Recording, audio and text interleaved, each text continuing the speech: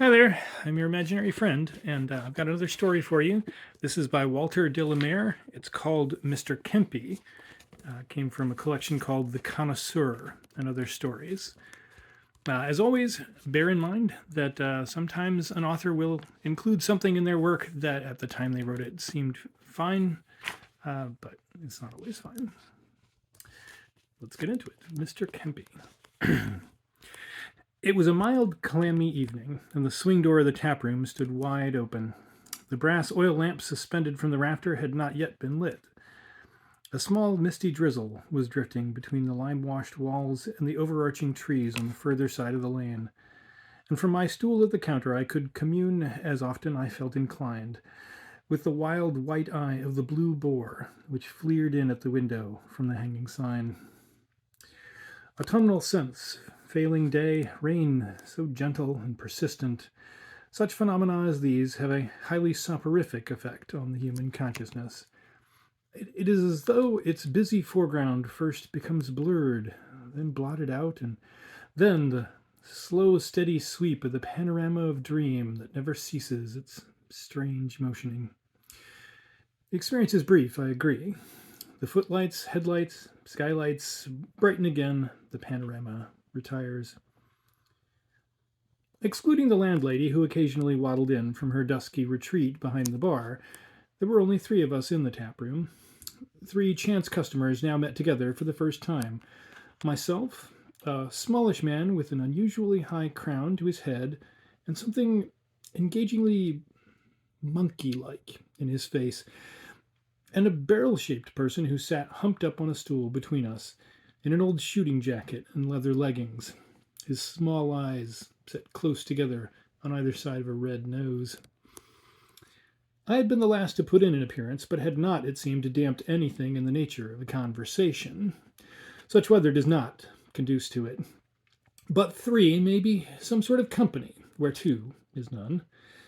And what at last set us more or less at our ease was an automatic machine that stood in the corner of the tap room under a colored lithograph of Shotover, the winner of the Derby in 1882. It was a machine of an unusual kind, since it gave its patronizers nothing tangible for their penny, not even their lady love on a slip of cardboard or a clinging jet perfume. It reminds me now of the old miracle plays or moralities. Behind its glass it showed a sort of grotto, like a whited sepulchre, with two compartments, over which descended the tresses of a weeping willow. You slipped a penny into the slot, and presently a humpbacked mommet in a rusty black cowl jerked into view from the cell on the left. He stood there a moment in the midst, fixedly looking at you, then decamped into the gloom again. But this was if your luck was out, or so I assumed. If it was in, then a nymph, attired in skirts of pink muslin, wheeled out of the flowery bower on the eastern side and danced a brief but impassioned pas seul. My three pennies had brought me one fandango from the latter and two prolonged scrutinies from the former. A proportion decided on, no doubt, by the worldly wise manufacturer of the machine. But this was not all. In intention, at least, he must have been a practical optimist. For if the nymph responded to your penny, you were invited to slip yet another coin into another slot. But before you could count 10. This galvanized the young lady in a giddy pursuit of the numbskull in the black hood, a pursuit, however, which ended merely in the retirement of them both behind the scenes. The man in leggings had watched my experiments with eyes almost as motionless as plums in a pudding. It was my third penny that had wooed out the nymph, but the grandfather's clock in the corner had ticked loudly at least 5 times before I managed to insert a fourth. It was a moment of an aching excitement. What teeming passion showed itself in that wild horseplay behind the glass?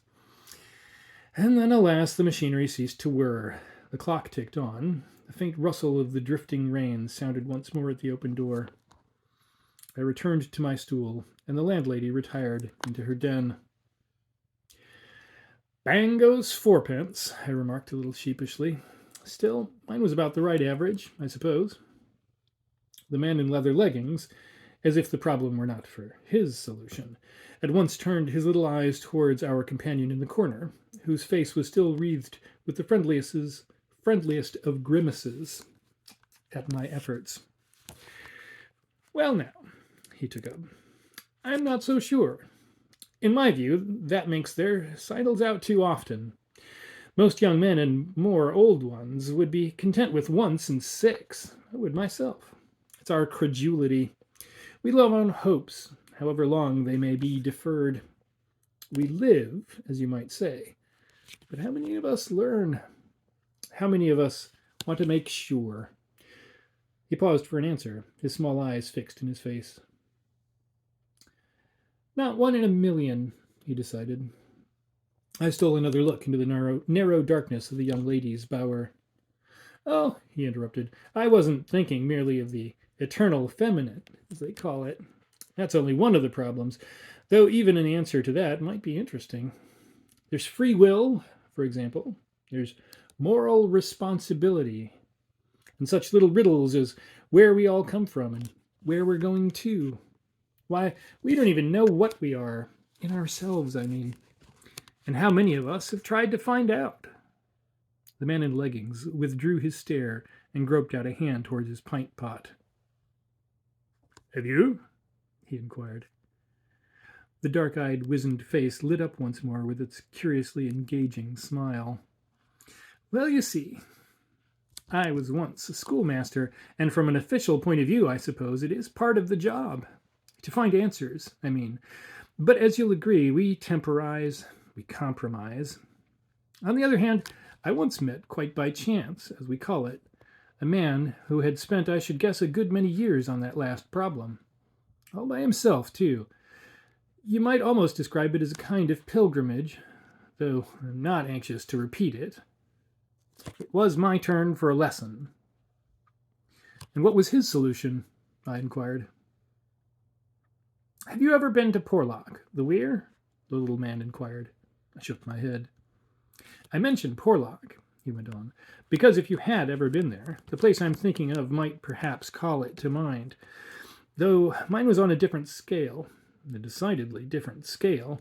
I doubt, for example, if it will ever become one of those genial spots frequented by weekend tourists and char a banc. In the days I'm speaking of, 20 years or more ago, there wasn't even the rudiments of an inn in the place. Only a beer shop about half the size of this tap room, with a population to match. Just a huddle of fishermen's cottages tucked in under the cliff.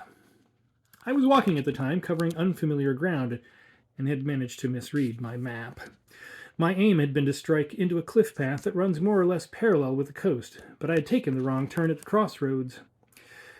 Once astray, it seemed better manners to keep on. How can you tell what chance may have secreted in her sleeve, even when you don't put pennies in slots? I persuaded an old lady to give me tea at one of the cottages and asked my way. Visitors were rare events, it seemed. At first she advised me to turn back. I couldn't do better than that. But after further questioning, she told me at last of a lower cliff track or path, some miles apparently this side of the one I had in view. She marked it out for me with her rheumatically old forefinger on the tablecloth. Follow this path far enough, I gathered. It would lead me into my right road at last. Not that she suggested my making the attempt. By no means. It was a matter of 7 miles or more, and neither the natives of the village, nor even chance visitors, it seemed, were tempted to make much use of this particular route.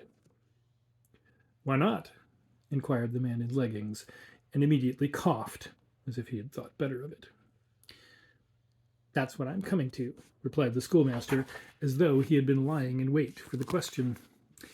You see, my old lady had volunteered her last piece of information with a queerish look in her eyes, like some shy animal slipping into cover. She was telling me the truth, but not, I fancied, the whole truth. Naturally, I asked what was wrong with the path, and was there anything of interest on the way, or at the end of it, worth such a journey? Once more she took a long, slow look at me, as if my catechism were rather more pressing than the occasion warranted. There was a something marked on the map, she had been given to understand. just an old, ancient building like.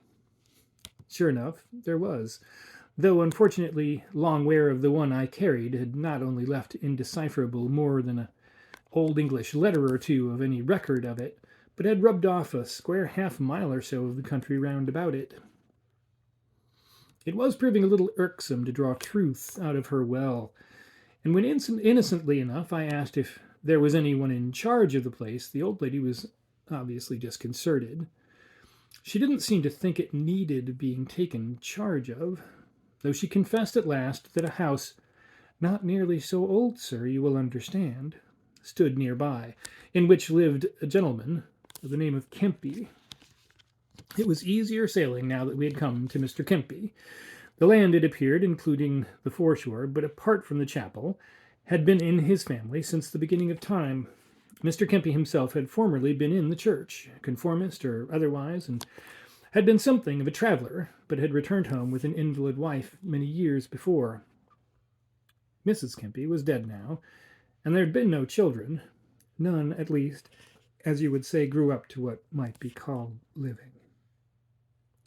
And Mr. Kempe himself had not only been ailing for some little time, but might, for all my informant knew apparently, be dead himself. Nevertheless, there was still a secretive look in the faded eyes, almost as if she believed Mr. Kempe had discovered little methods of his own against the onsets of mortality. Anyhow, she couldn't tell. Nobody ever went that way now, so far as she was aware. There was the new road up above. What's more, tidings of Mr. Kempe's end, I gathered, however solitary, would not exactly put the village into mourning. It was already latish afternoon, and in that windless summer weather, walking had been a rather arduous form of amusement. I was tired. A snowy, low-pitched upper room overlooking the sea was at my disposal, if I wanted it, for a night or two. And yet, even while I was following this good soul up her narrow staircase, I had already decided to push on in the direction of Mr. Kempe. If need be, I would come back that evening. Country people are apt to be discreet with strangers, however open in appearance. Those shrewd old eyes, when at least they showed themselves, had hinted that even with an inch to the mile a mapmaker cannot exhaust a countryside. The contours I had noticed were unusual. Besides, Mr. Kempe was not less likely to be interesting company because he was a recluse. I put down 5 shillings on account for my room, and the kindly old creature laid them aside in an ornament on her mantelpiece. There they lie still for all I know. I have never reclaimed them. The man in leggings once more turned his large, shapeless face towards the schoolmaster, but this time he made no audible comment. "And did you find Mr. Kempe?" I inquired. The schoolmaster smiled, looking more like a philanthropic monkey than ever. I set out at once, watched by the old lady from her porch, until, with a wave of my hand for adieu, I turned out of the village street, and she was hidden from sight. There was no mistaking the path, even though it led over a stile and into a patch of stinging nettles, and then past a boggy goose pond. After a few hundred yards, it began to dip towards the shore, keeping more or less level with the sea for a mile or so, until it entered a narrow and sandy cove, the refuge even in summer of all sorts of flotsam and sea rubbish, and a positive maelstrom, I should imagine, when the winter gales sweep in. Towards the neck of this cove, the wheel marks in the thin turf faded out, and the path meandered on for a while beside a brook and under some fine ash trees, then turned abruptly to the right and almost due north. The bleached bows of a tarred, derelict boat set up on end and full of stones, the Orion, was my last touch with civilization. It was a quiet evening. The leaves and grasses shone green and motionless, the flowers standing erect on their stalks under the blue sky, as if carved out of wax. The air was uncommonly sweet with its tang of the sea. Taking things easy like this, it was well worth while to be alive. I sat down and rested, chewing a grass stalk and watching the friendly lapping sea. Then up and on. After about an hour's steady walking, the path began once more to ascend. It had by now led shorewards again, though I was softly plodding on out of sight and all but out of sound of the tide. Dense, neglected woods rose on either side of me, and though wherever the sun could pierce in there were coverts in plenty, Hardly a cry of insect or bird stirred the air. To all intents, I might have been exploring virgin country. Now and again, indeed, the fallen bole of a tree or matted clumps of bramble, bryony, and traveler's joy compelled me to make a wildish detour. But I was still steadily ascending, and the view tended at length to become more and more open, with here and there a patch of bright green turf and a few scrub bushes of juniper or sprouting tamarisk. Shut in as I had been until this moment, it had been difficult to guess how far above me the actual plateau lay, or precisely how far below the sea, though I had caught distant glimpses now and again of its spreading silver in the far horizon. Even at this point, it would have been flattery to call the track a path. The steeper its incline, the more stony and precarious became one's footing. And then at last I rounded the first of a series of bluffs or headlands, commanding a spectacular view of the coast behind me, though nothing of what lay in front. The tiny village had vanished. About 150 feet beneath the steep on whose margin I was standing, with a flaming bush of gorse here and there and an occasional dwarf oak as gray as silk in the evening light, the incoming tide gently mumbled its rocks of a peculiar patchy green and black. I took another look at my map, enjoyed a prolonged breather, and went on. Steadily up and inward now, and almost due northwest, and once more untended thickets rose dense on either side, and the air was oppressed with a fragrance sickly as chloroform. Some infernal winter tempest or equinoctial gale must have lately played havoc here. Again and again I had to clamber over the bole or through the head twigs of monster trees felled by the wind, and still studded with a few sprouting post-mortem pale green buds. It was like edging between this world and the next. Apart too from the gulls with their saturnine gabbling and flights of clanging oyster catchers on the rocks below, what birds I saw were birds of prey, buzzards and kestrels chiefly, suspended as if by a thread from space, their small heads stooping between their quivering wings. And once I overheard what I took to be the cough of a raven to its mate. About 20 minutes afterwards, my second bluff hove into sight, and I paused for a while, staring at it.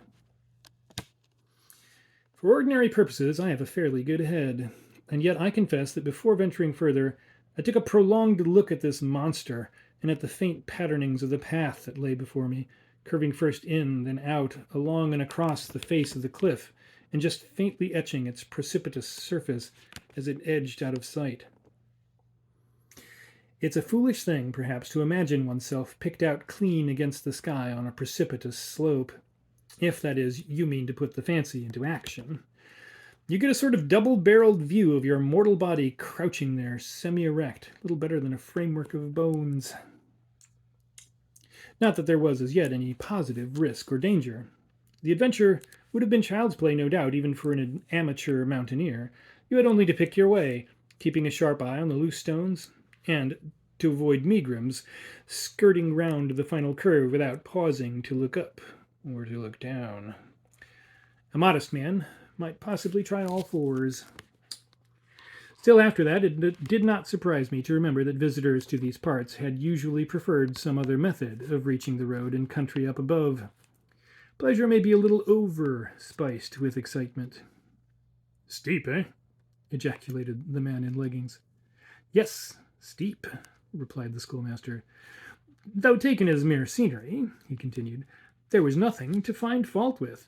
Leagues and leagues of sea stretched out to the vague line of the horizon like an immense plate, mottled green and blue. A deep pinkish glow, too, had begun to spread over the eastern skies, mantling up into heights of space, made the more abysmal in appearance by wisps of silver cirrus. Now and again I lay back with my heels planted on what was left of the path and rested a moment, staring up into that infinity. Now and again I all but decided to go back, but sheer curiosity to see the mysterious hermitage of which I had heard, and possibly the shame of proving myself yet another discredited visitor, lured me on. Solitude, too, is like deepening water to a swimmer. That also lures you on. Except for an occasional bloated, fork-tailed, shrimp-like insect that showed itself when a flake of dislodged stone went Scuttering down into the abyss below, I was the only living creature abroad. Once more I pushed cautiously forward, but it was an evil-looking prospect, and the intense silence of the evening produced at last a peculiar sense of unreality and isolation. My universe seemed to have become a mere picture, and I all out of place in it. It was as if I had been mislaid and forgotten. I hung by now, I suppose, about 200 or 300 feet above the sea, and maybe 100 or so beneath the summit of the wall which brushed my left elbow. Wind-worn boulders, gently whispered over by saplings of ash or birch, jutted shallowly here and there above and below me. Marine plants lifted their wind-bitten flowers from inch-wide ledges on which their seeds had somehow found a lodging. The colors mirrored in sky and water increased in brilliance and variety as the sunset advanced, though here was only its reflection. And the flat ocean beneath lapped soundlessly on, its cream-like surf fringing here and there the very base of the cliff, beneath which, like antediluvian monsters, vast rocks lay drowsing. I refrained from examining them too closely. But even if, minute, intrusive mote that I was, creeping across that steep of wall, even if I had been so inclined, there was little opportunity. Though for centuries wind, frost, and rain had been gnawing and fretting at the face of the cliff, sure foothold and fingerhold became ever more precarious. An occasional ringing reverberation from far below suggested, too, that even the massive bulk of rock itself might be honeycombed to its foundations. What once had been a path was now the negation of one, and the third prodigious bluff towards which I presently found myself slowly, almost mechanically advancing, projected into space at a knife-like angle, cut sharp in gigantic silhouette against the skies. I made a bewildering attempt to pretend to be casual and cheerful, even to whistle. But my lips were dry, and breath or courage failed me.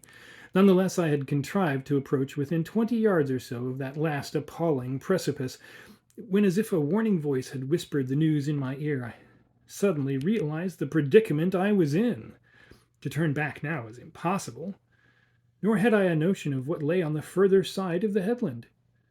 For a few instants my bones and sinews rebelled against me, refusing to commit themselves to the least movement.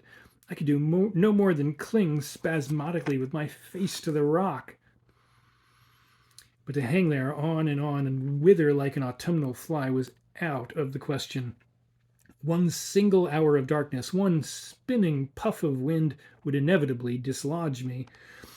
But darkness was some hours distant, the evening was of a dead calm, and I thanked my stars there was no sun to roast and confuse me with his blaze and heat. I thanked my stars, but where would my carcass be when those stars began to show themselves in the coming night? All this swept through my mind in an instant. Complete self-possession was the one thing needful. I realized that, too. And then a frightful cold came over me. Sweat began to pour off my body. The very soul within me became sick with fear. I use the word soul because this renewed nausea was something worse than physical. I was a younger man then, and could still in the long run rely on nerve and muscle. But fear turns one's blood to water, that terror of the spirit, and not merely of the mind or instinct. It bides its moment until the natural edges off into the unknown. Not that nature, as we call her, even in the most congenial surroundings, is the sort of old family nurse that makes one's bed every morning and tucks one up with a God bless you overnight. Like the ants and the aphids and the elvers and the tadpoles, she produces us humans in millions, leaving us otherwise to our own devices. We can't even guess what little stratagems for the future she may be hiding up her sleeve. We can't even guess. But that's a mere commonplace. After all, so far as we can prove, she deserves only a small n to her name. What I'm suggesting is merely that though she appeared to have decoyed me into this rat trap with all her usual artlessness, she remained a passive enemy, and what now swathed me in like a breath of poison, as with face, palms, knees, and belly pressed close against the rock, I began once more working softly on from inch-wide ledge to an inch-deep weed, my tongue like tinder, my eyes seeming to magnify every glittering atom they tried to focus. Was the consciousness of some power or influence beyond nature's. It was not so much of death, and I actually with my own eyes saw my body inertly hurtling to its doom beneath, that I was afraid. What terrified me beyond words to express was some positive presence here in a more desperate condition even than I. I was being waylaid. When you come to such a pass as this, you lose count of time. I'd become an automaton, little better than a beetle, obeying the secret dictates of what I believe they call the life urge. And how precisely I contrived to face and to circumnavigate that last bit of precipice, I cannot recall. But this once done, in a few minutes I was in comparative safety. I found myself sluggishly creeping again along a path which had presently widened enough to allow me to turn my face outwards from the rock, and even to rest. And even though the precipice beneath me was hardly less abrupt and enormous, and the cliff face above actually overhung my niche, for the time being I was out of physical danger. I was, as they say, my own man again, had come back. It was high time. My skull seemed to have turned to ice. I was wet through. My fingernails were split, my hands covered with blood, and my clothes would have disgraced a tramp. But all trace of fear had left me, and what now swept my very wits away in this almost unendurable reaction was the sheer beauty of the scene that hung before my eyes. Half reclining, not daring yet to stir, my outstretched hands clasping two knobs of rocks, my eyeballs gently moving to and fro, I sat there and feasted on the amazing panorama spread out before me, realizing none the less that I was in the presence of something. How can I express it? Of something a little different from, stranger, and less human than, well, our old friend nature. The whole face of this precipice was alight with color, dazzling green and orange, drifts of snow and purple, campion, sea pink, mayweed, samphire, chamomile, lichen, stone crop, with fleshy and aromatic plants that I knew not even the names of, sweeping down drift beyond drift into a narrow rock-bound tranquil bay of darkest emerald and azure, and then sweeping up once more, drift beyond drift, into the vault of the sky, its blue fretted over as if by some master architect with silvery interlacings, a scattered feather-like fleece of vapor. The steady cry, too, possibly amplified by echo, of the incoming tide reached me here once more, a whisper, not toneless. And on into the distance swept the gigantic coastline, crowned summit to base, with its emerald springtide woods. Still slightly intoxicated as I was by the terror and danger in which I had been, and which were now for the moment past and gone, I gave myself ample opportunity to rest and to drink in this prodigious spectacle.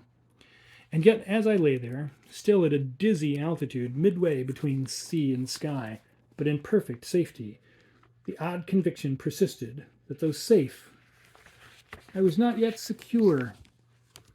It was as if I were still facing some peril of the mind. And absurd and irrational though it may sound, there was a vague disquieting hint within me of disappointment, as if I had lost, without realizing it, a unique opportunity. And yet all this medley of hints and intuitions was wholly subsidiary to the conviction that from some one point in all this vacancy around me a steady devouring gaze was fixed on me, that I was being watched. Once more our hard-headed friend fidgeted uneasily on his stool. It sounds absurd, I agree, the schoolmaster caught him up. Simply because, apart from the seabirds and the clouds, I had been, and was still, the only moving object within view. The sudden apparition of me crawling around that huge nose of rock must have been as conspicuous as it was absurd. Besides, myriads of concealed eyes in the dense forest towering conically up on the other side of the narrow bay beneath me, and looming ever more mistily from headland to headland towards the north and west, could have watched my every movement. 1,000 arrows from unseen archers concealed on the opposing heights might at any instant have transfixed me where I lay. One becomes conscious, too, of the sort of empty, settled stare which fixes an intruder into such solitudes. It is, at the same time, vacant, enormous, and hostile. But I don't mean that. I still mean something far more definite, and more dangerous, too, than that. And I keep to it even if this precise memory may have been affected by what came after. For I was soon to learn that in actual fact I was being watched, and by as acute and unhuman a pair of eyes as I've ever seen in mortal head. With infinite caution I rose to my feet again at last and continued my journey. The path grew steadily easier. Soil succeeded to bare rock, and this must not very long before, I discovered, have been trodden by other human feet than mine.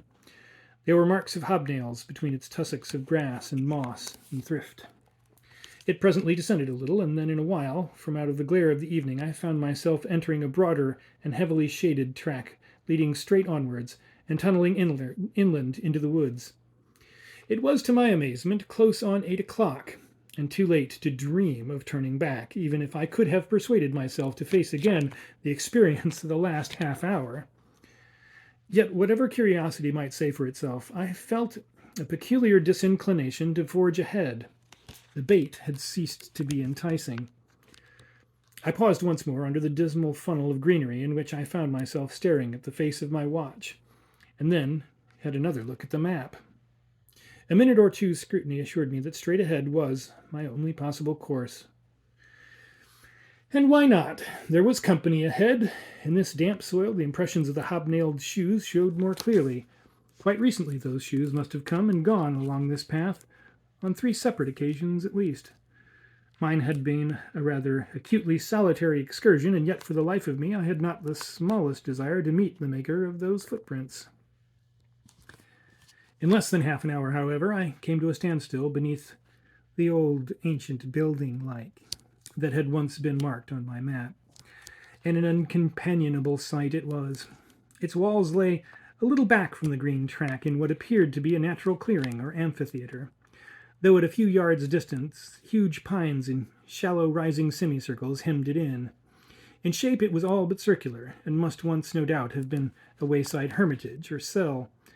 It was of stone and was surmounted by a conical roof of thick and heavy slabs, at the south side of which rose a minute bell-cote, and towards the east a stunted stone cross, with one of its arms broken away. The round arched door, its chevron edging all but defaced, refused to open. Nothing was to be seen in the gloom beyond its gaping keyhole. There was but one narrow slit of window, and this was beyond my reach. I could not even guess the age of this forbidding yet beautiful thing, and the gentleman, as I found afterwards, who had compiled the local guidebook, had omitted to mention it altogether. Here and there, in its fabric, decay had begun to show itself, but clumsy efforts had been made at repair. In that deep, dark, verdurous silence, unbroken even by drone or twitter, the effect of those walls, in their cold, minute simplicity, was peculiarly impressive. They seemed to strike a solemn chill into the air around them, those rain-stained, senseless stones. And what looked like a kind of derelict burial ground to the south side of it only intensified its sinister aspect. No place, surely, for when the slow, dark hours begin. The graves were very few in number, and only one name was decipherable on any of the uncouth and half-buried headstones. 2 were mere mounds in the nibbled turf. I had drawn back to survey once more from this new aspect the walls beyond, when, from one instant to the next, so to speak, I became aware of the presence of Mr. Kempe. He was standing a few paces distant, his gaze in my direction. As unexpected an apparition as that of Banquo in Macbeth. Not even a robin could have appeared with less disturbance of its surroundings. Not a twig had snapped, not a leaf had rustled. He looked to be a man of about 60 or more, in his old greenish-black half-clerical garb, his trousers lapping concertina-like over immense, ungainly boots. An antiquated black straw hat was on his head. From beneath it, gray hair flowed out a little on either side the long, colorless face with its straggling beard.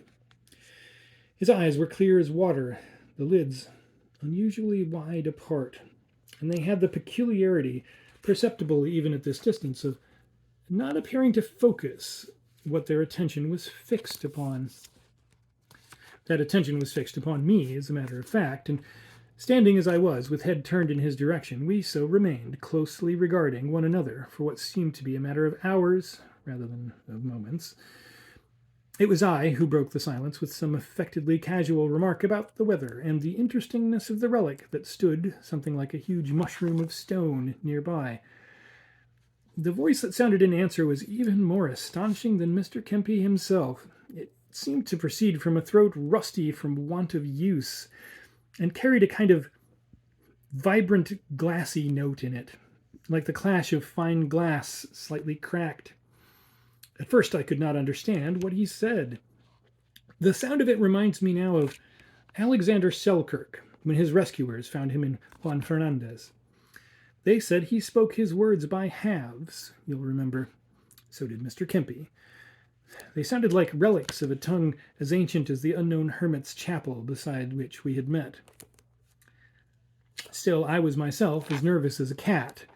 With all his oddities, those wide, colorless eyes, those gestures, that over-loud voice, there was nothing hostile, nothing even discourteous in his manner, and he did not appear to be warning me off as a trespasser.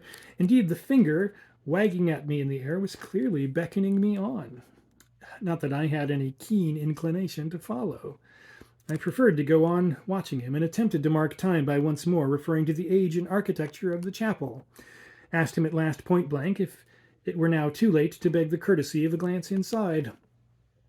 The evening light momentarily brightened above the dark spreading tops of the pines and struck down full on this queer shape with its engrossed yet vacant face. His eyes never faltered, their pinprick pupils fixed in their almost hueless irises. Reflected thus, I seemed to be an object of an extremely limited significance, a mere speck floating in their intense inane. The eyes of the larger cats and the hawk tribe have a similar effect, and yet one could hardly assert that they are prey, has no significance for them. He made no attempt to answer my questions, but appeared to be inquiring in turn how I had contrived to invade his solitude, what I wanted, in short. I was convinced, none the less, that he was deceiving me. He knew well how I had come, for of course, meeting as we had, only one way had been possible, that from the sea. It might be impolitic to press the matter. I merely suggested that my journey had not been roses all the way, that I must get back to the world above before nightfall, and once more gave him to understand my innocent purpose, the desire to examine this curious relic. His gaze wandered off to the stone hermitage, returned, and then, as if in stealth, rested an instant intently on my hands. Otherwise, he remained perfectly motionless, his long, knotted fingers hanging down out of the sleeves of a jacket too short for his gaunt body, and those ineffable, clumsy, rusty boots. The air in this green niche of the bay was stagnant with the scent of foliage and flowers, and so magically dark and clear it was as though you were in the presence of a dream. Or of a dreamer, indeed, responsible not only for its beauty, but also for its menacing influence on the mind. All this, however, only convinced me the more of the necessity to keep my attention steadily fixed on the figure beside me. There was a something, an aura about him, difficult to describe. It was as if he himself were a long way off from his body. Though that's pure nonsense, of course. As the phrase goes, he was not all there. Once more his eyes met mine, and the next thing that occurred to me was that I had never seen a human countenance that betrayed so desperate a hunger. But for what? It was impossible to tell. He was pressing me to follow him. I caught the word key, and he at once led the way. With a prolonged, reluctant look behind me, that antiquated cell of stone, those gigantic pines, the few sinking mounds clad in their fresh green turf. I turned in my tracks, and the glance he cast at me over his shoulder was intended, I gathered, as a smile of encouragement. The straggling gabled house to which he conducted me, with its low tower and smokeless chimneys now touched with the last cold red of sunset, was almost more windows than wall. The dark glass of their casements showed like water in its discolored sides. Beyond it the ravine ascended ever more narrowly, and the house rested here in this green gap, like a mummy long since deserted by its ghost. We crossed a cobbled courtyard, and Mr. Kempe preceded me up a wooden flight of stairs into a low-ceilinged room with one all but ivy-blinded window, and oddly enough a stone floor. Except for the space where hung the faded portrait of what appeared to be a youngish woman, her hair dressed in ringlets. Bookshelves covered the walls. Books lay hugger-mugger everywhere, indeed, on the table, on the chairs, on the floor, and even piled into the chimney of the rusted grate. The place was fusty with their leather bindings and with damp. They had evidently been both well used and neglected. There was little opportunity to get the general range of their titles, though a complete row of them I noticed were in Latin, because some vague intuition compelled me to keep my attention fixed upon my host. He had motioned me to a chair and had seated himself on another that was already topped with 2 or 3 folios. It must have been, even at midday, a gloomy room, and owing to its situation, it was a dark house. The door, having admitted us, stood open. Beyond it yawned the silent staircase. At this, the schoolmaster paused. The landlady of the Blue Boar had once more emerged, and, like one man, we shamefacedly pushed our 3 glasses across the counter.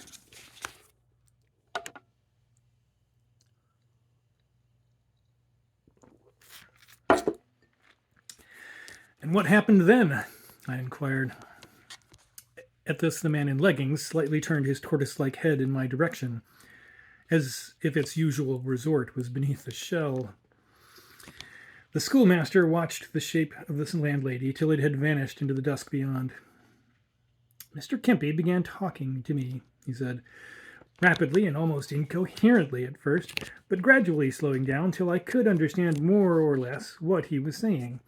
He was explaining a little unnecessarily, as I fancied, that he was a recluse, that the chapel was not intended for public worship, that he had few visitors, that he was a scholar, and therefore was in need of little company but his books." He swept his long arm towards these companions of his leisure.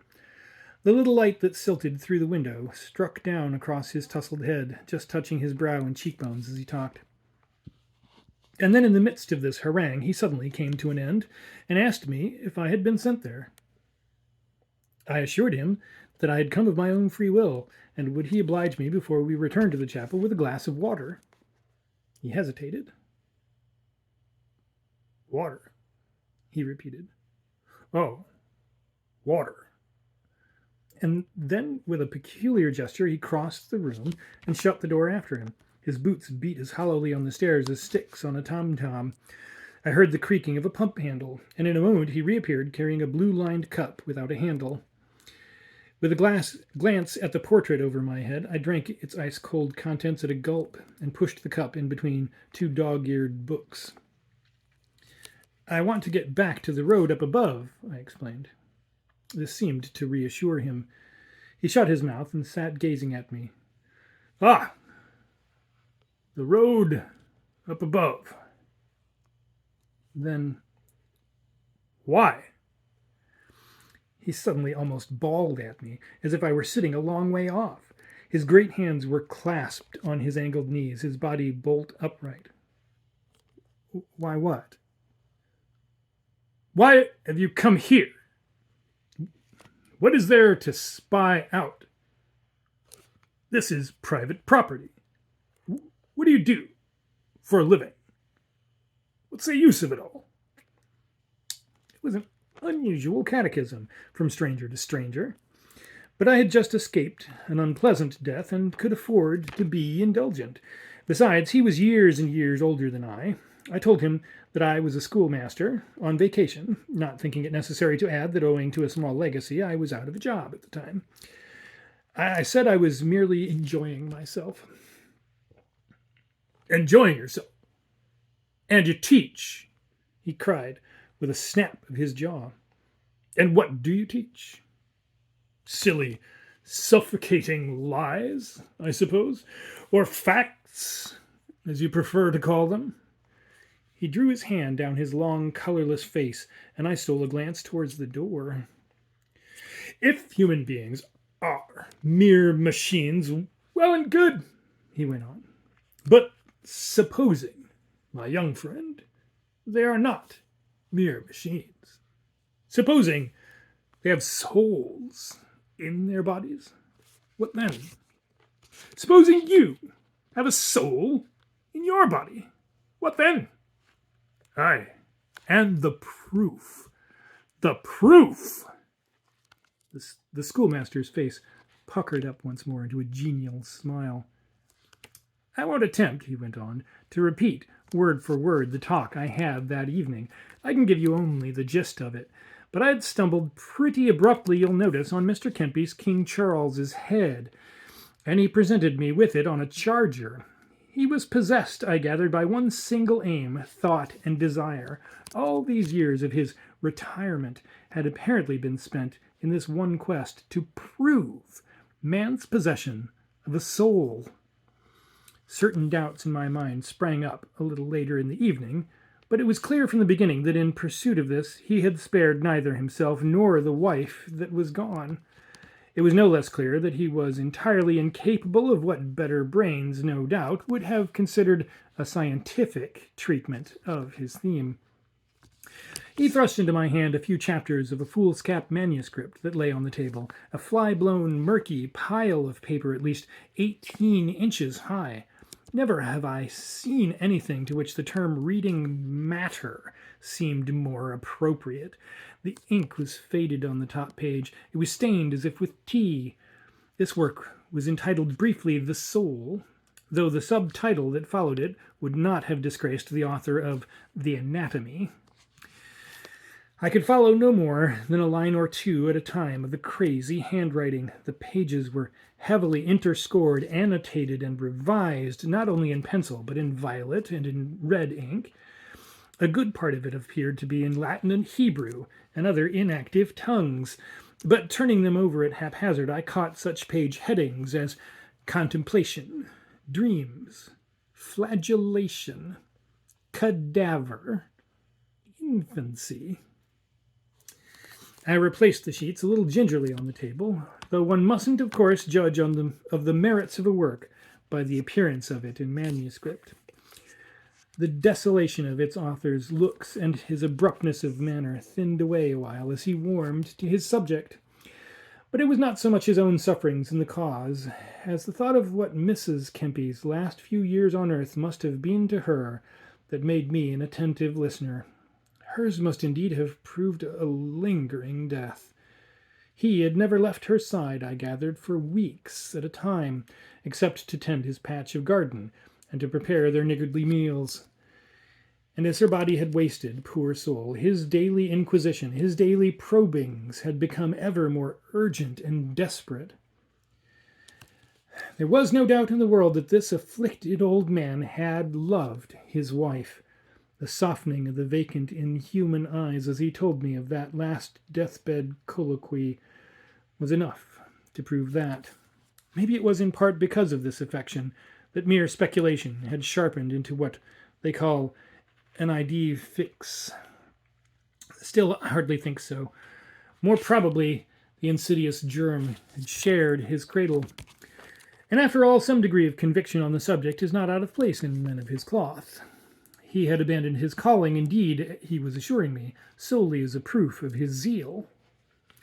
He showed me also one or two late photographs of Mrs. Kempe, taken with his own antiquated camera, and developed, maybe, in this very room. Soul, indeed. There was little else. The face murkily represented in them wore a peculiar, remote smile. The eyes had been hollowly directed towards the round leather cap of the machine. And so fallen were the features, now fading away on the discolored paper, they might as well have been the presentment of a ghost. What precise proofs he had actually demanded of his companion of this hermitage, I cannot even guess. And what proofs might he still be pleading for, pursuing? Evidently none as yet had satisfied his craving. But it was at least to his credit that his own personal experiments on himself, I mean, had been as drastic. In one of them I had unwittingly shared, for the cliff path, I discovered, had long been his constant penance. A cat-like foot was concealed beneath those Brobdingnagian boots. His had been the hand that had not only helped nature protect her fastness, but had kept off all but one or two occasional stragglers as fatuous as myself. It had been his haunt, this path, day and night. He questioned the idle heavens there. In the face of a peril so extreme, the spirit wins almost to the point of severance from its earthly clay. Night and a half-moon and the northern constellations. I could at least in fancy share his vigils there.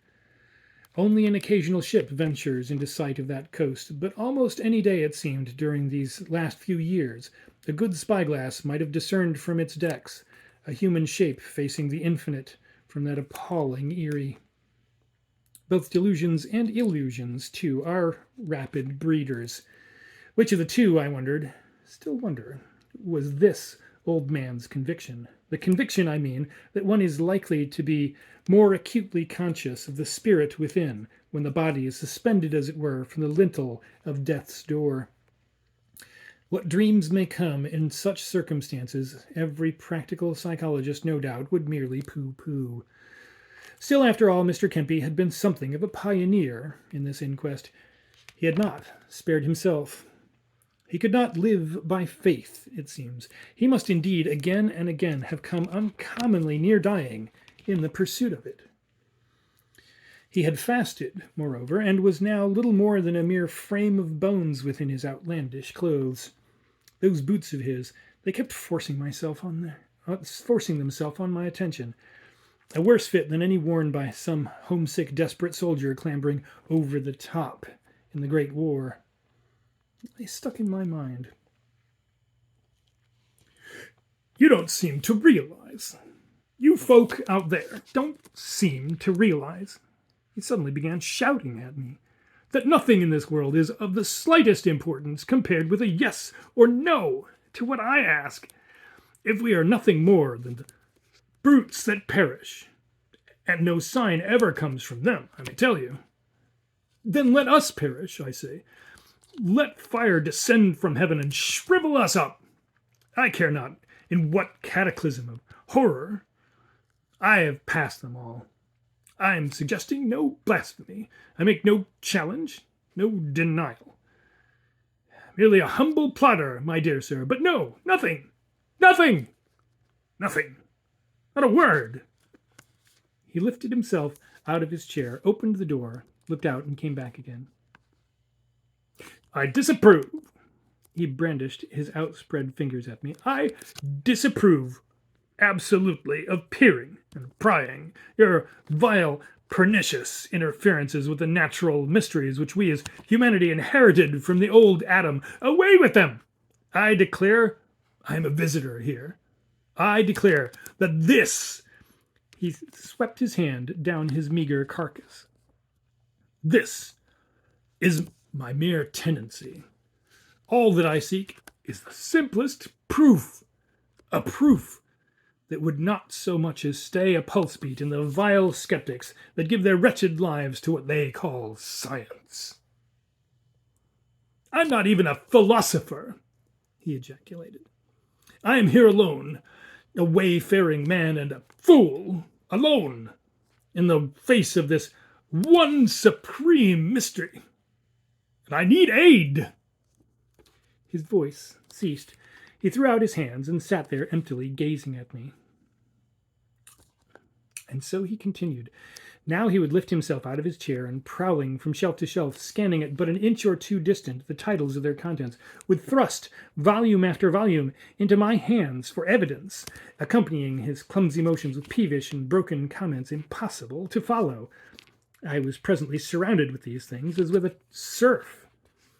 Then he would once more seat himself and embark on a protracted harangue with that cracked, disused voice rising steadily until it broke in a discordant screech of argument. "Almighty God!" he yelled at me. "You sit there, living, breathing, a human being, and the one justification of this hideous masquerade left uncertain." He flung his hand into the air. "What right has he even to share the earth with me?" he shouted into the quiet. Then once more there followed as swift a return to silence, to self-possession, that intent devouring stare. One at least knows oneself to be something objective in any chance-encountered pair of human eyes. In his, as I have said already, I appeared to have no material existence whatsoever. Mr. Kempe might have been surveying, talking to, his own shadow. It was peculiarly disconcerting. After yet another such outburst, he had for a moment lain back in his chair, as if exhausted. And I was so intent in my scrutiny of him that a second or two went by before I sprang forward to pick up the few dingy photographs that had fallen out of his hand onto the grimy patch of carpet beneath. But he himself had stooped even more abruptly, and our skulls collided together with a crack that for the moment all but dazed me. But the eye moves almost as swift as the mind, and the collision had not been hasty enough to prevent my snatching a glimpse of one or two of them, photographs of which neither this widower nor his wife had been the original. I drew back appalled, their details fixed in my mind as if etched there by a flash of lightning, and leaving him to gather up his further evidences as best he could, I instantly found myself edging towards the door. Those squalid oblongs of cardboard were easily concealed in his immense palm. He pawed them together as clumsily as a bear might combs of honey, then slowly raised his grey, disheveled head and met my eyes. I paused. "You have had other visitors at times?" I queried as mildly as my tongue would allow. "What visitors, young man, do you mean, may I ask?" An extraordinary change had come into his voice, a flatness, an obsequiousness. The ingratiating tones were muffled, as if he could hardly trust himself to speak. For a while I could only gape in reply. "Like myself," I blurted out at last. "Visitors who come to, well, out of sheer curiosity. There's the other route, I suppose?" My one desire just then was to keep my thoughts about Mr. Kempe rational and within bounds. To make a monster of him would be merely to lose my head once more, as I had already lost it on that afternoon's journey. Nonetheless, I was now looking at him through the after-image of those chance-seen photographs. They were a disturbing medium. The body of a human being who has fallen from a great height is not pleasing and pacifying to look at, even though for a while its owner may have survived the fatality. There were others, too, and yet it was less his photographs than the amateur photographer that had set my teeth on edge. He looked so old and so helpless, like an animal, as I say, enslaved by, and yet incapable of obeying, some heaven-sent instinct, that terrifying, dog-like despair. But then open your newspaper any fine morning of your life, and which is the more likely to greet you on the news page, the innocent young lady in the pink gauze petticoats over there, or that old figure of fun in the monk's cowl? The tortoise-like shape of the man in leggings once more stirred on its stool, but this time his little eyes were turned in my direction. "How did you manage to get out at last?" I inquired of the schoolmaster. "Well," he said, "all this time Mr. Kempe had been watching me as circumspectly as I had been watching him, but as if he, too, were uncertain how many paces distant from him I stood. Then once more voice and manner changed. He feigned to be reassured. "It has been a wonderful day," he remarked, with the dignity of an old retired scholar whose dubious fortune it has been to entertain a foreign prince. "A wonderful day. And my only regret is that I was unprepared for this occasion, that I have so poor a hospitality to offer. You may have had an exceedingly painful experience this afternoon. Why, my dear sir, in the absence of mind that comes over me once I embark on this hobby of mine, I haven't even asked you to wash your hands." Almost involuntarily, I glanced down at them. Like Macbeth's, they needed the invitation. But I must confess I preferred this old minister when he was not talking to me as if I were an imbecile child in a Sunday school. Besides, I knew perfectly well that, whether from that tumbling watchtower of his or from some hiding place in the woods, there had been one intent witness of that experience. I thrust my hands into my pockets out of his sight. "If you will await me here a moment," he went on, and his utterance began to thicken again, "I will get the key to the chapel. A remarkable, even unique, example of its order. There was a well, too, in former times, and even archaeologists have failed to agree about its date. They used to come, and would argue, too, why I can prove it is in parts at least not later than the 9th century. And the interior, but dear me, it will soon be dark. And no, you mustn't think of leaving the house tonight. I need company. I need it." He poked forward at me again, while yet furtively and rapidly edging towards the door, with a peculiar disinclination to come into the very slightest contact with his person. I had to dodge out of his way to allow him to pass, and attempted to do so without appearing to show like a visitor who has strayed by mischance into the cage of a dangerous animal in some zoological garden. The old grey-tousled head turned not an inch upon its heavy angular shoulders as he passed me, but in the dimming light of the window I caught a glimpse of the wide sea-like eyes intently fixed on me, like lifeless planets in the waste of space. Even a young man may have intimations of the fool he is about to prove himself. Intimations, I mean, that come too late. Before the cumbrous door had closed behind him, I was listening for the sound of the key being turned in the lock. I didn't even wait to try the handle, but tiptoed as rapidly as possible over the heaped-up books on the floor towards the window. It was one of dingy oblong panes, and the hasp was broken. The drop beneath its sill, to anyone at least who has reached the house by the less easy way of the two roads, was almost as easy as getting into bed. It would land me some 10 feet below, on a heap of vegetable rubbish. But the hinges of the window had been allowed to rust, and the wood to shrink and swell with the changing seasons. Not a sound had followed the locking of the door, and unless Mr. Kempe had disencumbered his feet of their boots, he was at that moment collecting his wits immediately outside of it. I tiptoed across once more. "Please don't let me be any trouble," I bawled. "I could come again another time." The next instant I was back at the window, listening. The answer boomed down at me at last from some room above, but I could distinguish no words, merely a senseless babble. It would be indiscreet, it seemed, to hesitate any longer. I seized a frowsy cushion, and with all my force thrust it against the rotten frame of the window. It flew open with but one explosive crack. I was prepared for it. Once more I paused.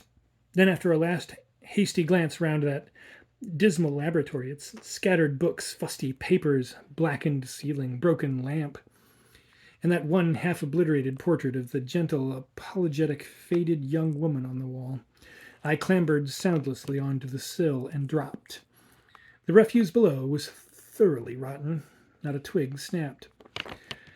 The moment I touched ground, I regretted this ignominious exit.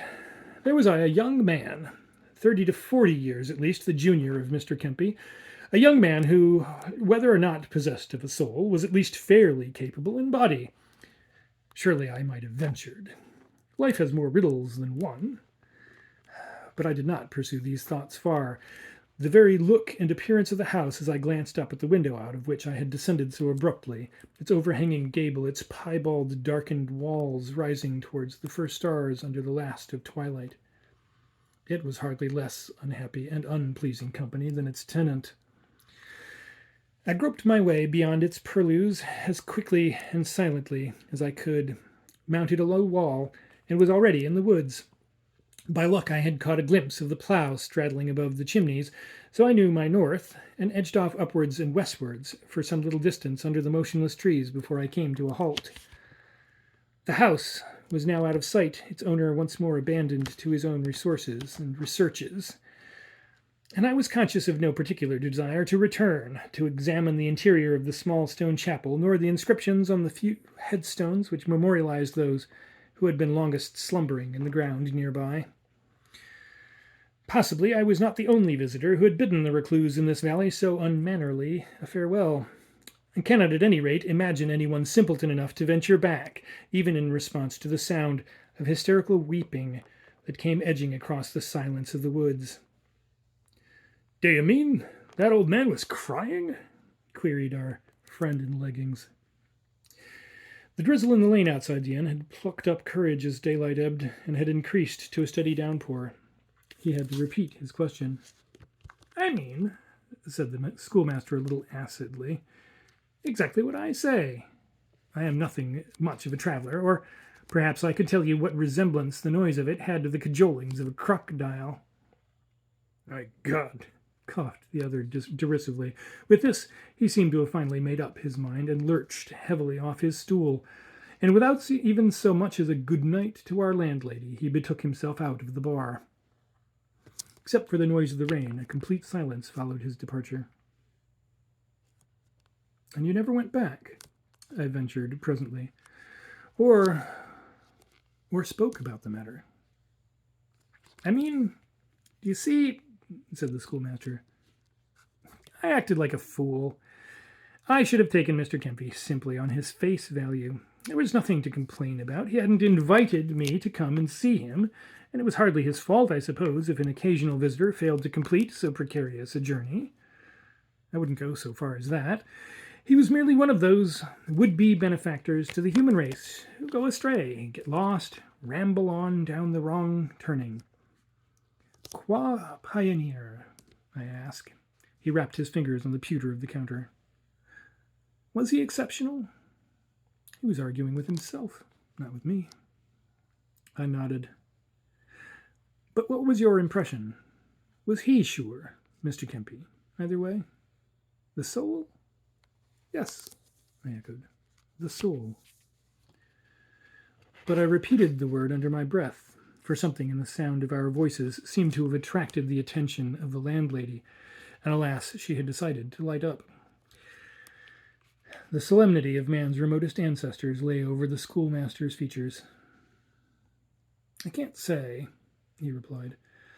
"I'm not certain, even if he was aware how densely populated his valleys appeared to be, to a chance visitor, I mean. What's more, to judge from the tones of his voice, he had scarcely the effect of a single personality. There were at least 3 Mr. Kempes present that evening, and I haven't the faintest wish in the world to meet any of them again." "And afterwards, was it comparatively easy finding your way onto the new cliff road?" "Comparatively," said the schoolmaster, "though it took time. But nights are fairly short in May, even in country as thickly wooded as that." I continued to look at him without speaking, yet another unuttered question on my lips. To judge from the remote, friendly smile he just blinked at me, he appeared to have divined it, though it produced no direct answer. He got down from his stool, looked at his empty glass, and the first time I noticed he was wearing mittens over his small bluish hands. "It's getting late," he said, with an eye fixed vacantly once more on the automatic machine in the corner of the tap room. There was no denying it, nor that even the musty interior of the Blue Boar looked more hospitable than the torrential darkness of the night outside. How strange is man!